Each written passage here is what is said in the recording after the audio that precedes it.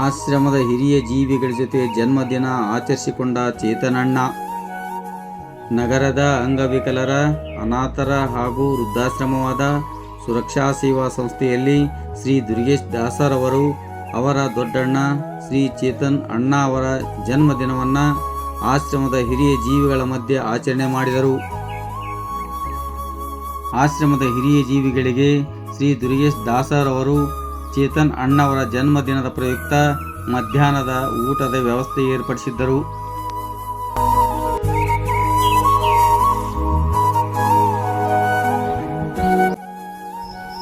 ಚೇತನ್ ಅಣ್ಣ ಅವರಿಗೆ ಹುಟ್ಟುಹಬ್ಬದ ಶುಭಾಶಯಗಳು.